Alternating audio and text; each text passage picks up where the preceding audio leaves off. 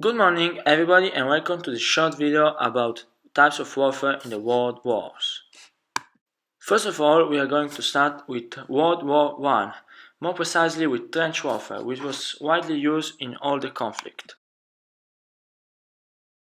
This special type of warfare, soldiers stand behind fortified fighting lines, mainly in trenches, in which troops are protected from artillery fire and from enemy attacks, making them easy to defend but difficult to conquer.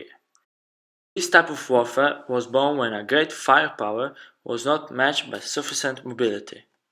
Typical battles were divided in two phases. Firstly, the artillery and aeronautic heavily bombarded the enemy, hoping to weaken it.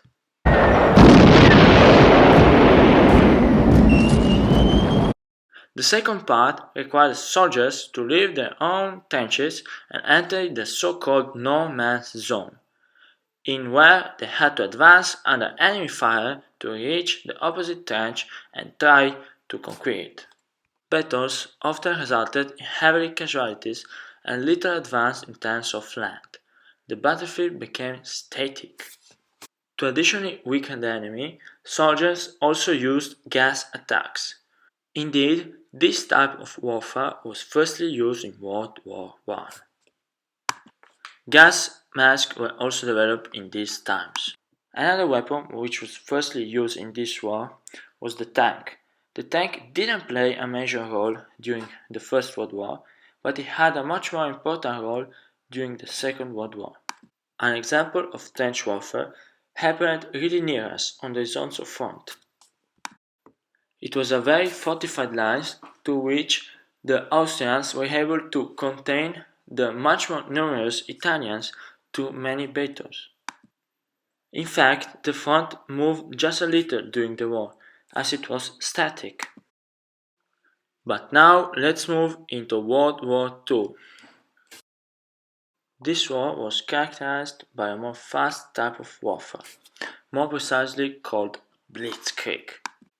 During the first part of the offensive, units mainly concentrate on one point, also called point of main effort. By breaking this point, the army tries to get a strategical advantage above the enemy.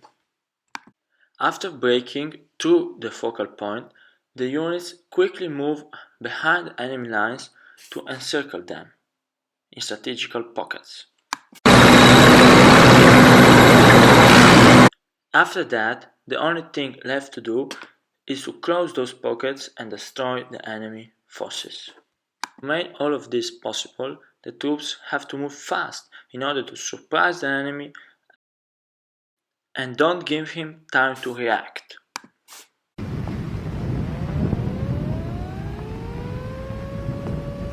Another important point in Blitzkrieg was the use of planes to bombard and to support troops on the battlefield. A good example of the use of Blitzkrieg is the invasion of France. In that time, the German army passed to the Ardennes forest and attacked France. French troops were not expecting an attack from that side, and because of the really fast-moving tanks and infantry, France capitulated before it ever had time to react.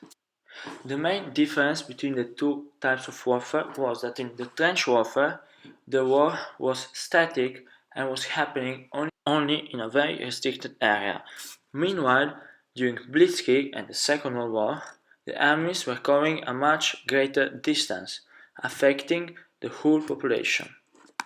In conclusion, I would like to thank everybody for their attention and especially Annalena for letting me use her microphone.